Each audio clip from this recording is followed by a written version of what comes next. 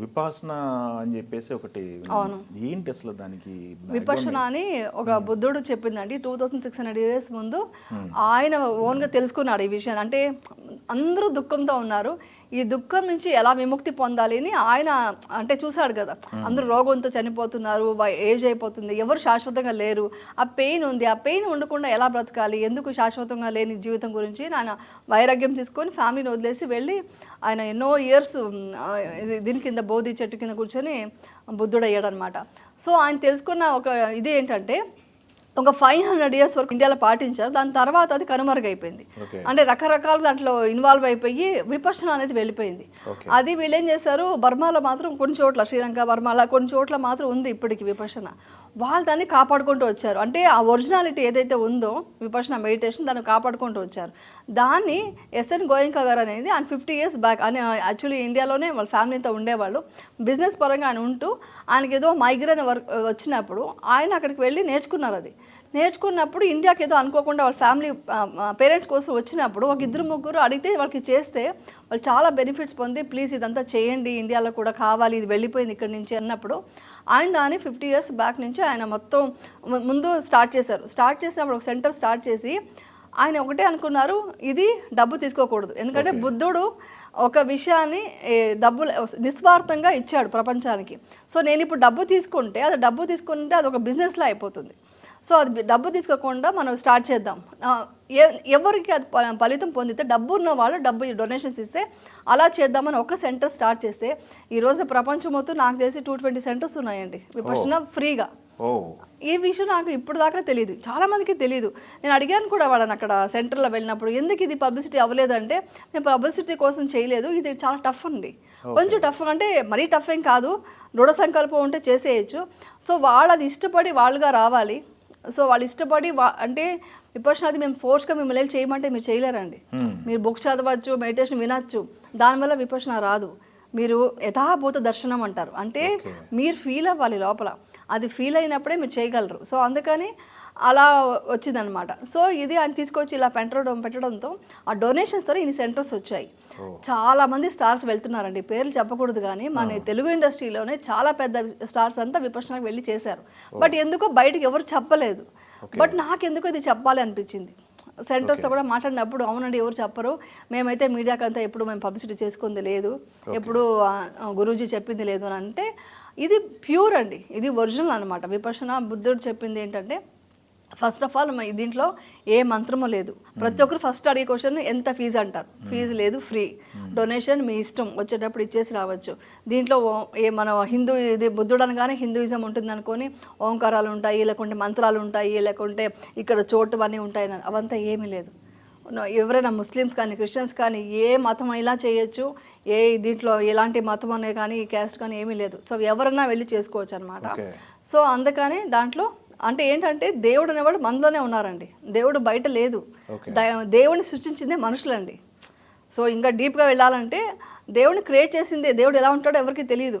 చూసిన వాడు చూస్తుండొచ్చేమో కానీ దేవుడు అంటే ఏంటండి, ఒక ట్రూత్, అన్కండిషనల్ లవ్, తర్వాత కంపాషన్, తర్వాత ప్యూరిటీ, ఇవన్నీ ఉన్నదే దేవుడు. సో అవన్నీ మనలో ఉంటే మనమే దేవుడు. సో మనలో ఉన్న దైవత్వాన్ని బయటకు తీసుకురావడం, ఇదే విపర్శన అంటే. సో ఆయన కనుక్కున్నాడు, ఆయన ఏంటంటే ఈ ప్రపంచం బాధ నుంచి విముక్తులు కావాలి, దుఃఖ విముక్తులు కావాలి అని చెప్పి కనుక్కున్నారు. నిజంగా అది జరిగిందండి. అది విపర్శన ఒకసారి అది అంటే అందరికీ అవ్వదు, కొంతమందికి అది ఏమంటారు, అది చాలా టఫెస్ట్ కదా, మంచి కరెక్ట్గా పట్టుకోవాలి విపర్శన అని. అలా పట్టుకొని వాళ్ళు మాత్రం లైఫ్ లాంగ్ వదలరు ఇంకా. సో నాకు ఆ బాధ నుంచి దుఃఖం నుంచి ఇంత విముక్తి పొందుతుందా అని తెలుసుకొని ఇది ప్రపంచానికి తెలియాలి అనేసి నేను ప్రతి చోట అది మాట్లాడుతున్నాను. మీరు ఎలా కనెక్ట్ అయ్యారు? ఎప్పుడు యాక్చువల్లీ వచ్చి మా అమ్మాయి, నేను ఎప్పుడు బుద్ధుడి గురించి మాట్లాడుతుంటాను, బుద్ధుడి గురించి.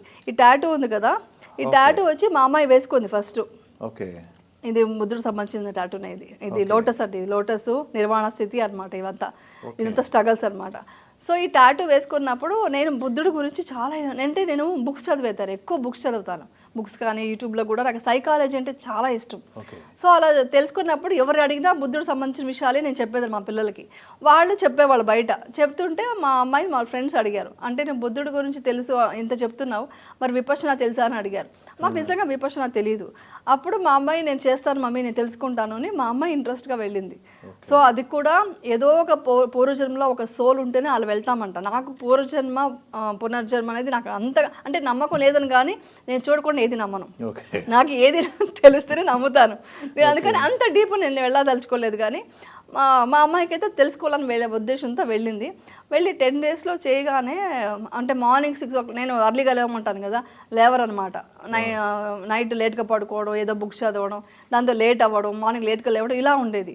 నేను అసలు డ్రాప్ చేసినప్పుడు కూడా అనుకున్నాను, అమ్మో 10 days విత్ మొబైల్ లేకుండా మాట్లాడకుండా నోబెల్ సైలెన్సా, నేను అసలు ఉండలేనురా మాట్లాడకుండా, నేను రాను అని చెప్పేసి నువ్వు వెళ్ళు నీ ఇష్టం అని చెప్పి డ్రాప్ చేసి ఎలా ఉంటుందో ఏంటో అనుకొని వచ్చాను. బట్ 10 days తర్వాత చూస్తే తనలో చాలా చేంజెస్ కనిపించింది నాకు. అంటే ఇలా కూర్చోగానే నిద్రపోవడం, ఇలా కూర్చోగానే మెడిటేషన్కి వెళ్ళడం అనేది నేను అబ్జర్వ్ చేశాను. అంటే ఇలా కూర్చోగానే 10 minutes ఎలా నిద్ర వచ్చిందిరా నీకు అంటే డీప్ స్లీప్ వెళ్ళిపోయేది అనమాట. అంటే అంత ప్యూర్ అవుతుంది మైండ్ చాలా ప్యూర్ అవుతుందండి, క్లీన్ అవుతుంది లోపలంతా. మీరు కూడా వెళ్ళిపోయారు అంత 10 days మొబైల్ లేదు, తనే ఫస్ట్ వెళ్ళింది, నేను వెళ్ళలేదు. నేను డ్రాప్ చేసి వచ్చేసాను, నేను చేయనని చెప్పి వచ్చాను. చెప్పేసి వచ్చాక తను వెళ్ళి వచ్చాక 10 days తర్వాత రిటర్న్ మళ్ళీ తీసుకొచ్చినప్పుడు ఆ చేంజెస్ కనిపించింది నాకు. అప్పుడు చూసి నేను సెంటర్ అది బుక్ చేసుకోవాలండి, అదొకటి చెప్పేస్తానండి. అది www.dhamma.org. ఇది వచ్చి యాప్ అనమాట. దీంట్లో మీరు కనుక ఇదొక వెబ్సైట్ అనమాట. దీంట్లోకి వెళ్ళి మీరు దాన్ని డౌన్లోడ్ చేసుకుని దీంట్లో మీరు చూసారంటే మీకు అంటే మొత్తం తెలంగాణలో, ఆంధ్రాలో, హోల్ ఇండియాలో మొత్తం అన్ని చోట్ల ఉన్నాయి. సో అది కనుక మీరు ఎక్కడికి వెళ్ళాలనుకుంటున్నారో సెంటర్కి, దానికి మీరు కనుక ఒక ఆన్లైన్లో బుక్ చేసుకుంటే వాళ్ళు టైం తీసుకొని మీకు టైం ఇస్తారనమాట. దేనికి వస్తున్నారు ఏంటి, మీకు ఎందుకు ఇంట్రెస్ట్ అని కనుక్కొని మీరు చేయగలరా అని కనుక్కొని వాళ్ళు తీసుకుంటారనమాట. సో అందుకే ఆడియన్స్కి చెప్తున్నాను. అంటే చాలామంది అడుగుతున్నారు ఎక్కడికి వెళ్ళాలి ఏంటి ఎలా మేము కన్సల్ట్ అవ్వాలి అని అడుగుతున్నారు. అది dhamma.org ఇదనమాట వెబ్సైట్ అనమాట. సో అప్పుడు మా అమ్మాయి వచ్చిన తర్వాత నాకు ఇంట్రెస్ట్ వచ్చి నేను వెళ్ళాను. నాకు చాలా బాగా బెనిఫిట్స్ వచ్చాయండి, చాలా. అంటే బాధ నుంచి విముక్తి అనేది ఇప్పుడు ఒకటండి, నేను ఇంత చెప్పినా కూడా ఎవరికి బాధ విముక్తి కలగదు. ఎందుకంటే అది అంత ఈజీ కాదు, లోపల కూరుకుపోయింటుంది. చెప్పడం ఈజీ, అందరూ మోటివేషన్ వీడియోలు చూస్తారు, అన్ని బుక్స్ చదువుతారు, అది ఓన్లీ నాలెడ్జ్ వరకే. బట్ యథాభూత దర్శనం అవ్వాలి అంటే ఏంటి, మనకు మనం తెలుసుకోవాలి. అంటే అప్పో దీపో భవ అని అంటాడు బుద్ధుడు చెప్పిన మాట. అంటే నీ దీపాన్ని నువ్వే వెలిగించుకోవాలి, వేరెవరు వెలిగించలేరు. సో లోపల ఉన్న అజ్ఞానాన్ని మనమే తెలుసుకోవాలి, అది చెయ్యాలండి. చేస్తే మాత్రం చాలా బెనిఫిట్స్. ఇది వచ్చి ఎక్కడిదో కాదండి, మన ఇండియన్ సంస్కృతి. బట్ అది ఎక్కడి నుంచో వెళ్ళి మళ్ళీ మనం తెలుసుకుంటున్నాం. ఎన్ని టైమ్స్ వెళ్ళొచ్చారు ఇప్పుడు? యాక్చువల్ 10 days కోర్స్ ఒకటే చేశానండి. 3 days కోర్స్ ఒకటి చేయొచ్చు అప్పుడప్పుడు. అంటే 10 days course first must and shoot చేయాలి. చేసిన తర్వాత 3 days 2 days సేవ చేయొచ్చు. 3 days కోర్స్ ఒకటి చేశాను, ఒకరోజు సేవకి వెళ్ళాను. సేవ అంటే మనం ఏంటంటే జస్ట్ కొంతసేపు మెడిటేషన్ ఉంటుంది, అక్కడంతా మనం గార్డెన్ అంతా క్లీన్ చేయడము, ఏదైనా ఉంటే అక్కడ క్లీన్ చేసి రావడం. ఎందుకంటే అక్కడ ఎక్కడ మనకు డొనేషన్ లేదు కదండి, ఎక్కడ అక్కడ ఫ్రీ సర్వీసే. సో అందుకని అమ్మని చేసి రావాలనిపించి December 31st అందరూ బయట ఉంటే మేము ముగ్గురు, మా పిల్లలు, నేను విపశ్యనలో ఉన్నాం, సెంటర్లో ఉన్నాం. న్యూ ఇయర్ సెలబ్రేట్ అంటే ఈవినింగ్ వరకు అక్కడ చేసి మళ్ళీ ఇంటికి వచ్చేసాం అనమాట December 31st. అది ఇంకొకటి ఏంటంటే ఈ మెడిటేషన్ ఎంత ఇంపార్టెంట్ అంటే, మీరు ఇప్పుడు డాక్టర్ దగ్గరికి వెళ్ళి ఎవరైనా నాకు స్ట్రెస్గా ఉంది, నాకు డైజెషన్ అవ్వట్లేదు, లేకుంటే షుగర్ బీపీ ఉందంటే ఫస్ట్ వాళ్ళు చెప్పే మాట మెడిసిన్స్ రాసిన తర్వాత స్ట్రెస్ రిలీఫ్ చేసుకోండి, మెడిటేషన్ చేయండి అని చెప్తున్నారు. అది ఎప్పటి నుంచో ఉంది కానీ బయటకు అంతగా పబ్లిసిటీ అవ్వలేదు, ఇప్పుడు రాస్తున్నారు. ఎందుకంటే ఎక్కువ మందికి స్ట్రెస్ అయిపోయింది ఈ మధ్య మొబైల్స్ వల్ల. అంటే మనకు సోషల్ మీడియా ఎక్కువ ఉండడం వల్ల మన చేతిలో మొబైల్లో ఎప్పుడైతే మనకు మూవీస్ సీరియల్ అన్నీ వచ్చాయో అప్పటి నుంచి అది తప్పదు, దాని నుంచి మనం తప్పించుకోలేము.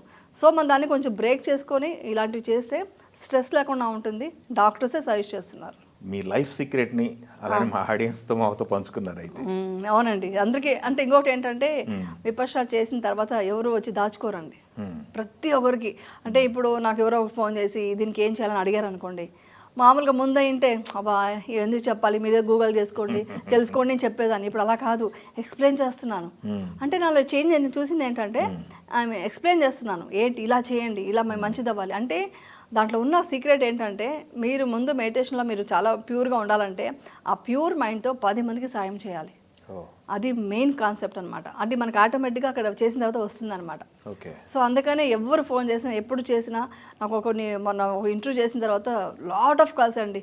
కెనడా నుంచి, యూఎస్ నుంచి, మేము ఒంటరిగా ఉంటున్నాను, ఒక పాపను పెట్టుకొని లైఫ్ లీవ్ చేస్తున్నాం, మాకు ఎవరు లేరు, ఎలా బయటికి రావాలి, ఇవన్నీ అడుగుతున్నారు. అంటే ఇన్ని ప్రాబ్లమ్స్ ఉన్నాయి నాకు అర్థమవుతుంది ఇప్పుడు.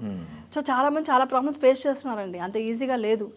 సో అప్పుడు నాకు అనిపించింది, లేదు మనం వేణుగారితో వెళ్ళి ఇంటర్వ్యూ చేద్దాం, ఇంకొంచెం బెటర్గా ఆడియన్స్కి దగ్గర అవుదాము ఈ విషయాల్లో.